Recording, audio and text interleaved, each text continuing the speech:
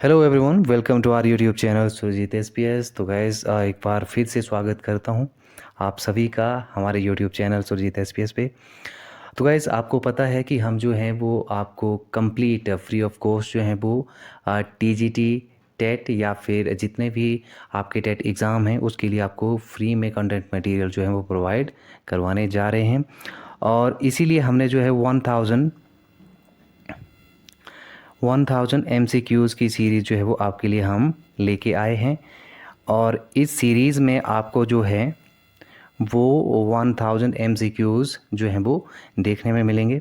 ये MCQs जो हैं वो बेस्ड होंगे आपके डिफरेंट सब्जेक्ट कॉम्बिनेशन पे, ठीक है। टीजीटी आर्ट्स के लिए अलग रहेगा, TGT medical, TGT non medical, JBT, इन सभी के लिए जो है वो एक तरह से अलग पैटर्न रहेगा।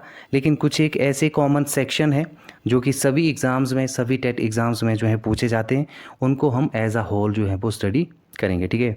तो सबसे पहले 1000 जो एक MCQs की जो सीरीज़ रहने वाली है उसमें हमने 2 वीडियोज़ जो हैं वो ऑलरेडी अपलोड कर दिए हुए हैं। अगर आपने वो वीडियोज़ अभी तक नहीं देखे हैं तो सबसे पहले आप वो देख लें। आप चैनल पे विज़िट करें या फिर प्लेलिस्ट में जाके आप वो सारे के सारे वीडियोज़ जो हैं वो पहले देख लें, ठीक है। उसके बाद अब हम बात करेंगे आज के जो वीडियो रहने वाला है, इसमें हम 25 मोस्ट इम्पॉर्टेंट SST के जो MCQs रहने वाले हैं उनको डिस्कस करेंगे, ठीक है।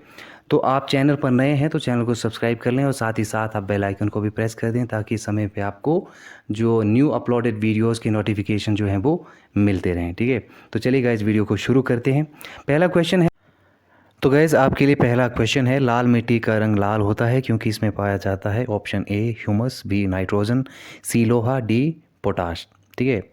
तो फ्रेंड्स इसका जो आंसर होगा वो होगा option C, and option C is loha, ठीक है। तो loha will be the right answer of this question. अब थोड़ा सा हम इसको डिस्कस कर लेते हैं, ह्यूमस, नाइट्रोजन और पोटाश जो अदर ऑप्शंस हमारे पास अवेलेबल हैं। तो सबसे पहले हम बात करते हैं ह्यूमस की। अब ह्यूमस क्या है? ह्यूमस एक तरह से डिटियोरेटिंग पदार्थ जिसको हम लेते हैं, और इसकी वजह से क्या होता है कि जो सॉइल की जो फर्टिलिटी है वो इंक्रीज़ होती है, और साथ ही साथ ये जो है वो खाद का काम भी करता है, ठीक है। अब बात करते हैं हम यहाँ से नाइट्रोजन की। तो नाइट्रोजन जो है वो उसको हम N2 से जो है वो इंडिकेट कर सकते हैं, ठीक है। और पोटाश की बात करें तो इसको हम जो है वो किसके साथ डोनेट कर सकते हैं? के साथ, ठीक है। ये ध्यान में रखना। इसके अलावा एक और है फास्फोरस, इसको हम P के साथ जो है वो एक तरह से उनको डिनोट कर सकते हैं। अब ये तीनों के तीनों क्या हैं? तो ये तीनों के तीनों जो हैं वो एक तरह से न्यूट्रिएंट्स हैं, और ये सॉइल में न्यूट्रिएंट्स का काम जो है वो करते हैं, ठीक है। पोषक तत्व जिनको शुद्ध हिंदी में हम कहते हैं, ये तीनों मिलके जो हैं वो जो सॉइल की जो फर्टिलिटी है उसको इंक्रीज़ करने में महत्वपूर्ण भूमिका निभाते हैं। यहाँ से इस क्वेश्चन के साथ साथ आपको ये एडिशनल इन्फॉर्मेशन जो है वो भी मिल जाती है। तो आई होप कि आपको ये क्वेश्चन अच्छे से समझ में आ गया होगा। अब बात करते हैं दूसरे क्वेश्चन की। दूसरा क्वेश्चन है, तो हमारा सेकंड क्वेश्चन है, इनमें से कौन सी खरीफ की फसल नहीं है? ऑप्शन ए है धान, ऑप्शन बी है चना, ऑप्शन सी है मक्का, ऑप्शन डी है ज्वार।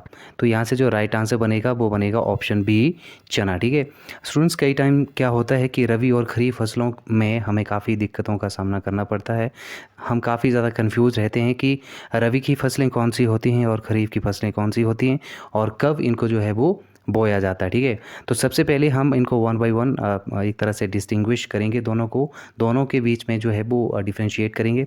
तो सबसे पहले हम बात करते हैं रबी की फसलों को, ठीक है, रबी। और अब रबी में क्या होगा? रबी देखिए र और वी यानी विंटर, ठीक है। अब रबी की फसलें वो होंगी जो विंटर में जो हैं वो बोई जाएंगी, और दूसरी तरफ यदि हम बात करें खरीफ फसलों की तो खरीफ फसलें वो होंगी जो कि रेनी सीज़न में बोई जाएंगी। री से आप जो हैं ध्यान में रखें रेनी सीज़न, और रेनी सीज़न कब आता है? जून जुलाई में, ठीक है, जून जुलाई में। इस तरह से आप ये ध्यान रखें। तो विंटर, अब विंटर है तो विंटर आप यहाँ से मान के चलिए अक्टूबर टू मार्च, ठीक है। अक्टूबर टू मार्च आप यहाँ पे मान के चलिए, ठीक है। तो अक्टूबर की टू मार्च में कौन कौन सी फसलें आती हैं और जून जुलाई में कौन कौन सी फसलें आती हैं, ये खुद सोच के आप जो है वो अंदाज़ा लगा सकते हैं, ठीक है। तो आई होप कि यहाँ से आपने रबी और खरीफ फसलों के बीच में क्या डिफरेंस है उसको अच्छी तरह से समझ लिया होगा। अब बात करते हैं अगले क्वेश्चन की। अगला क्वेश्चन है, निम्नलिखित स्थानों में से कहाँ पर यूरेनियम पाया जाता है? ऑप्शन ए है अल्बाई, बी है कोलार, सी है सिंहभूम, डी है जादूगुड़ा। तो यहाँ से जो आंसर बनेगा वो बनेगा ऑप्शन डी जादूगुड़ा। अब जादूगुड़ा और सिंहभूम जो हैं ये दोनों प्लेसेस जो हैं वो झारखंड में स्थित हैं, ठीक है, झारखंड में हैं, ठीक है। और जो सिंहभूम है ये डिस्ट्रिक्ट है और इस डिस्ट्रिक्ट के अंतर्गत जो है वो जादूगुड़ा नामक जगह आती है। तो इसीलिए ऑप्शन डी जो है इसका आंसर बनेगा। कोलार की बात करें तो कोलार जो है वो कर्नाटक में है। कर्नाटक आपको पता ही है कि गोल्ड माइंस के लिए काफ़ी ज़्यादा फेमस है, ठीक है। अलवाई जो है यहाँ पे रिवर बैंकिंग्स काफ़ी ज़्यादा है। तो ये आपको एडिशनल इन्फॉर्मेशन यहाँ से मिल जाती है। ऑप्शन डी जादूगुड़ा इस क्वेश्चन का आंसर एकदम परफेक्ट होगा, करेक्ट होगा। अब बात करते हैं अगले क्वेश्चन की। अगला क्वेश्चन है, कर्क रेखा किस राज्य से होकर गुजरती है? ऑप्शन ए है उड़ीसा, बी है झारखंड, सी है उत्तर प्रदेश, डी है आंध्र प्रदेश। जो इसका आंसर बनेगा वो होगा आपका ऑप्शन वी झारखंड, ठीक है। झारखंड से होते हुए जो कर्क रेखा है वो गुजरती है, ठीक है। आप यहाँ से देख पा रहे होंगे कि रफ सा अगर मैं एक आइडिया दूँ आपको तो इंडिया के सेंटर से जो है वो 23.5 डिग्री नॉर्थ पे जो है वो कर्क रेखा होते हुए गुजरती है। गुजरात, राजस्थान, मध्य प्रदेश, उत्तर प्रदेश, झारखंड, पश्चिम बंगाल, मिजोरम, ये सारे के सारे स्टेट्स जो हैं वो कर्क रेखा इनको टच करते हुए जाती है, ठीक है। तो option B Jharkhand will be the right answer. बात करते हैं अगले क्वेश्चन की। अगला क्वेश्चन है, भारत एक, ऑप्शन ए संघ राज्य है, ऑप्शन बी गणतंत्र है, राज्यों का संघ है, ऑप्शन डी एकात्म है, ठीक है। तो इसका जो राइट आंसर बनेगा वो बनेगा ऑप्शन सी भारत राज्यों का संघ है। और ये कहाँ पे लिखा है? तो ये आर्टिकल 1 में जो है वो मेंशन किया गया है कि इंडिया जो है वो एक राज्यों का संघ है, ठीक है। तो option C will be the right answer.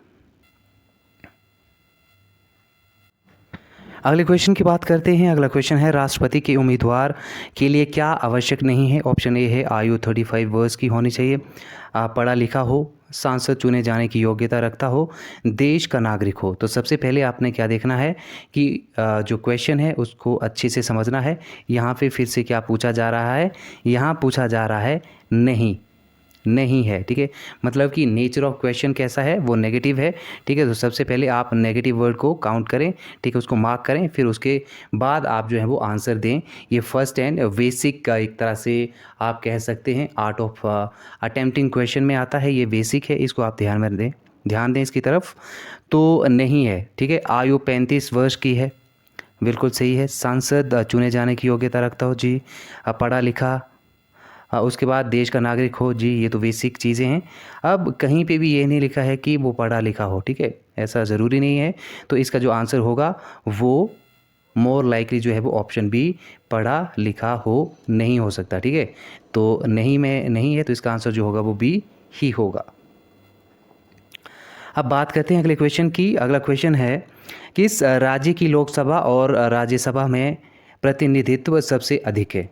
ठीक है, किस राज्य का लोकसभा और हम बात करें यहाँ पे राज्यसभा में प्रतिनिधित्व सबसे ज़्यादा है। ऑप्शन ए है उत्तर प्रदेश, बी है मध्य प्रदेश, सी है महाराष्ट्र और डी है आंध्र प्रदेश। तो यहाँ से जो आंसर बनेगा हमारा वो बनेगा उत्तर प्रदेश। उत्तर प्रदेश जो है वो सबसे ज़्यादा जो है वो रिप्रेजेंटेटिव है, चाहे लोकसभा की बात करें या फिर हम राज्यसभा की बात करें। उत्तर प्रदेश का जो रेशो है वो अधिक है अन्य राज्यों की तुलना में, ठीक है। इसके अलावा यदि हम बात करें हमारे महाराष्ट्र की, तो महाराष्ट्र जो है वो सेकंड प्लेस पे है, ठीक है। और इसके अलावा यदि हम बात करें सेवन सिस्टर्स, जितने भी हमारे सेवन सिस्टर स्टेट्स हैं, ईस्टर्न स्टेट्स हैं, ठीक है, तो वहाँ से जो एक तरह से पार्टिसिपेशन है वो काफ़ी कम है। एक जो सीट है वो यहाँ पे अवेलेबल रहती है, ठीक है। जैसे मिज़ोरम हो गया, असम हो गया, त्रिपुरा हो गया, यहाँ पे एक सीट की जो भागीदारी है वो रहती है, ठीक है। तो ये एडिशनल इन्फॉर्मेशन इस क्वेश्चन के साथ जो है वो रहती है, ठीक है। अब नेक्स्ट हम बात करते हैं राज्यपाल किसके प्रति उत्तरदायी होता है। ऑप्शन ए है प्रधानमंत्री, बी है राष्ट्रपति, सी है विधानसभा, डी है मुख्यमंत्री। तो इसका जो आंसर बनेगा वो बनेगा ऑप्शन बी, राष्ट्रपति। ठीक है, जो राज्यपाल होते हैं वो हमेशा राष्ट्रपति के प्रति जो होते हैं वो उत्तरदायी रहते हैं। ठीक है, और यदि हम बात करें यहाँ से राज्यपाल की, गवर्नर की, तो गवर्नर जो है वो 153 आर्टिकल में जो है इनका वो उल्लेख है। ठीक है, और ये जो हैं वो एक तरह से नॉमिनल हेड होते हैं। ठीक है, कहाँ के, तो स्टेट के। ठीक है, और इनके साइन के बाद ही कोई भी जो आपका एक तरह से आप कानून है वो जेन्युइन या एग्जैक्टली जो है वो कानून बनता है, लॉ बनता है। ठीक है, तो इस बात को भी आप ध्यान दें। अब बात करते हैं अगले क्वेश्चन की। अगला क्वेश्चन है वित्त आयोग की नियुक्ति कौन करता है। ऑप्शन ए भारत के राष्ट्रपति, ऑप्शन बी भारत के प्रधानमंत्री, option C Lok Sabha, option D Rajya Sabha. ठीक है, तो यहाँ से जो इसका आंसर बनेगा वो बनेगा आंसर आपका ऑप्शन ए, भारत के राष्ट्रपति। ठीक है, तो भारत के राष्ट्रपति जो हैं वो वित्त आयोग की एक तरह से आप कह सकते हैं नियुक्ति करते हैं, और ये आर्टिकल 280 में जो है वो आपका वित्त आयोग मेंशन्ड है। ठीक है, भारत के प्रधानमंत्री की बात करें तो आर्टिकल 74 में इनका जो है वो जिक्र हमें देखने को मिलता है। इसके साथ यदि हम बात करें राज्यसभा की, तो राज्यसभा जो है आर्टिकल 80 में हमें देखने में मिलता है, और लोकसभा की बात करें तो लोकसभा जो है वो आर्टिकल 81 में हमें देखने में मिलता है। ठीक है, बात करते हैं अगले क्वेश्चन की। अगला क्वेश्चन है अक्टूबर 1959 में पंचायती राज भारत में सर्वप्रथम किस राज्य में शुरू किया गया। ऑप्शन ए है राजस्थान में, ऑप्शन बी है तमिलनाडु में, सी है केरल में, डी है कर्नाटक में। ठीक है, तो स्ट्रेट सा क्वेश्चन है, स्ट्रेट सा आंसर बनेगा ऑप्शन ए, राजस्थान में। ठीक है,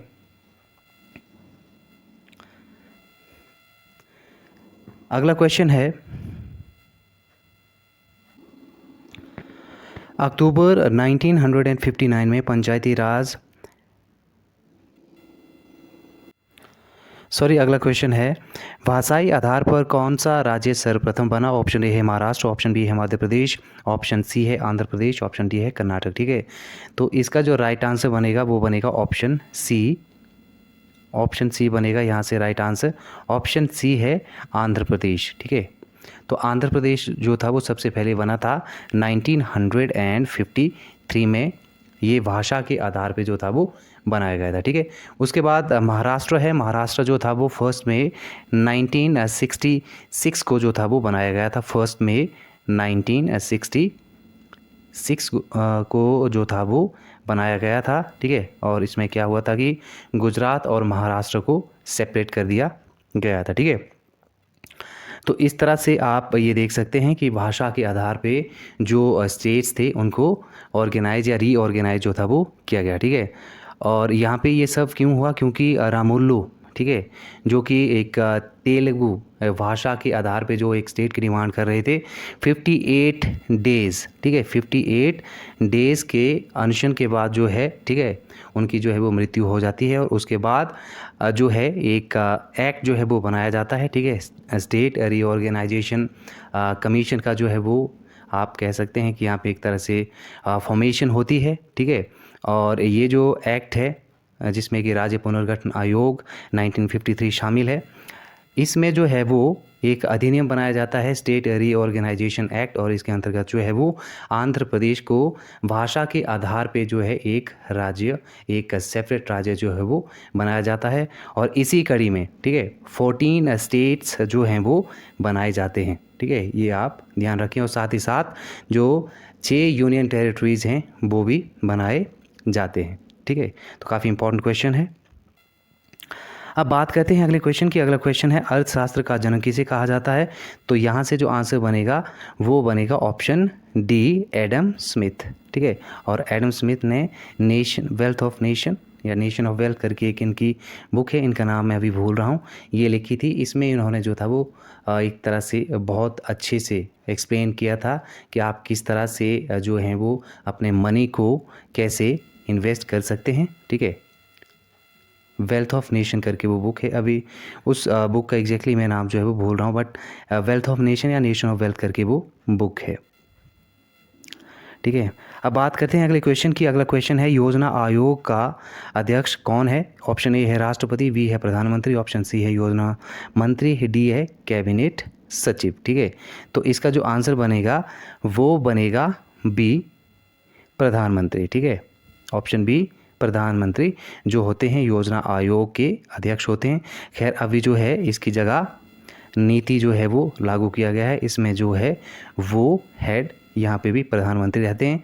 जो योजना आयोग था इसमें जो था वो 5 ईयर प्लान्स, ठीक है, जो पंचवर्षीय योजनाएं थी उनको ज़्यादा महत्व दिया जाता था। लेकिन अब जो है नीति आयोग में इसमें 1 साल या 2 साल के बीच में जो है वो पॉलिसीज़ बनाई जाती हैं, फिर जाके उनको एसेस जो है वो किया जाता है। ठीक है, तो यहाँ से इस चीज़ को आप ध्यान में रखें।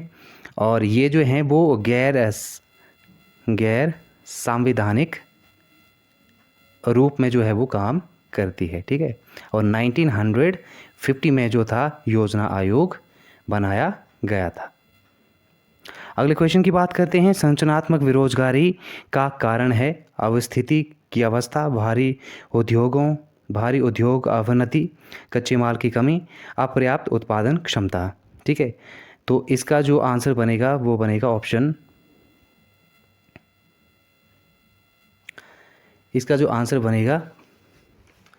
वो बनेगा ऑप्शन डी, अपर्याप्त उत्पादन क्षमता।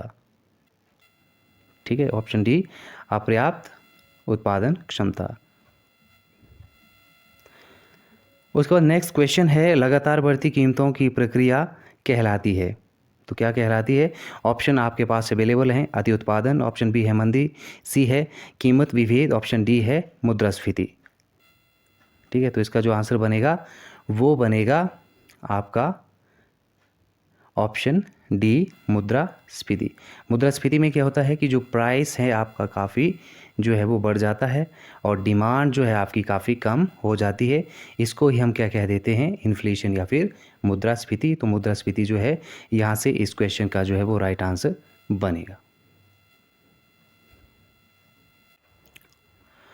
अगला क्वेश्चन है हार्ड करेंसी निम्न में से क्या है? ऑप्शन ए है वह मुद्रा जिसकी आपूर्ति मांग की अपेक्षा कम हो, वह मुद्रा जिसकी आपूर्ति मांग की अपेक्षा अधिक हो, वह मुद्रा जिसकी आपूर्ति और मांग स्थिर हो, डी उपरोक्त में से कोई नहीं। ठीक है, तो इसका जो आंसर बनेगा वो बनेगा ऑप्शन ए, वह मुद्रा जिसकी आपूर्ति मांग की अपेक्षा कम हो, ये जो है इसका राइट आंसर बनेगा।